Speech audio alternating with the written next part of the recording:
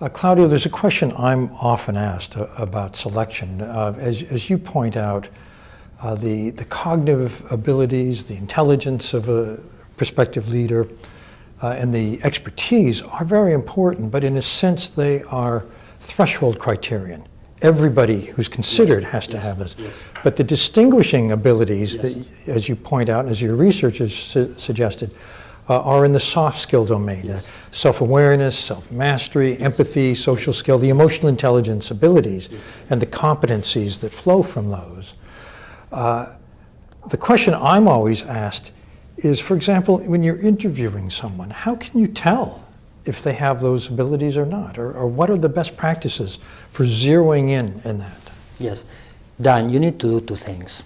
First, you need to use the right behaviorally based interviews, and in a minute I'll explain that to you, but you also need to do reference checking.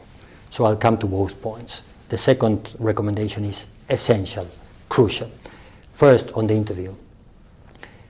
Once we were doing the search for the CEO of a major company, that was basically a very special case. It was a dairy business.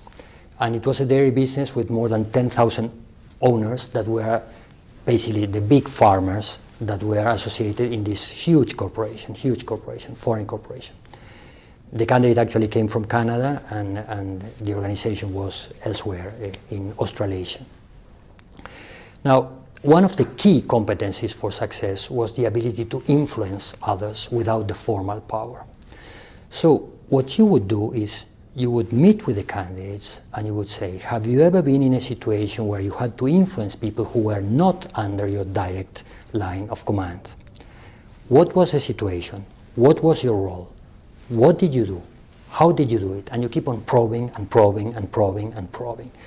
And I can tell you, you can certainly eliminate already many candidates who had no relevant experience, and for that type of position, for the CEO of a major company, you really don't want someone who just would say, well, what I would do is this, because some people think that they would do something, but they would not be able to do it. You want to check that people have done it.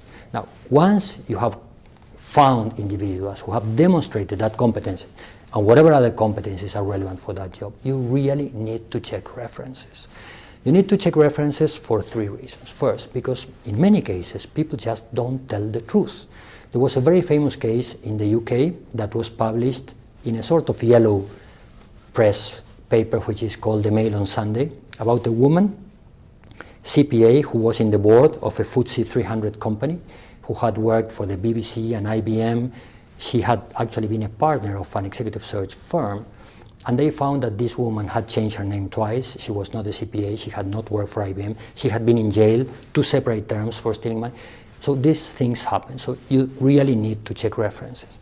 Second, the second reason why you need to check references is because you're probably familiar with the research that shows that depressive people are pretty accurate on their self-assessments. Non-depressive people are quite optimistic. There was, some years ago, a wonderful 16-page special report in Business Week about the future of work. With a poll of 2,000 senior executives and middle managers in the US, one of the questions was, within your own organizational level, are you in the top 10%, yes or no? Out of 2,000 people, you would expect 10% to respond yes. 90% of Americans believe that they are in the top 10%. Can you believe this mathematical impossibility? So the second reason why you should check references is because we think that we are much better than what we are. So you need to speak with people who have worked close to that individual so as to provide you with a more objective assessment. And the final reason why you need to check references is because, you know, when you start building a specification for a job, the temptation is to look for the combination of Superman, Batman, and Spider-Man for the salary of Superdog. Now, I am not going to be able to solve that search, so you really need to find, you know, what are the areas where the best potential candidate, which will never be perfect, needs to be complemented with the team, needs to be supported, needs to be developed. And that's the feedback or the input from the reference checking is essential for that reason as well.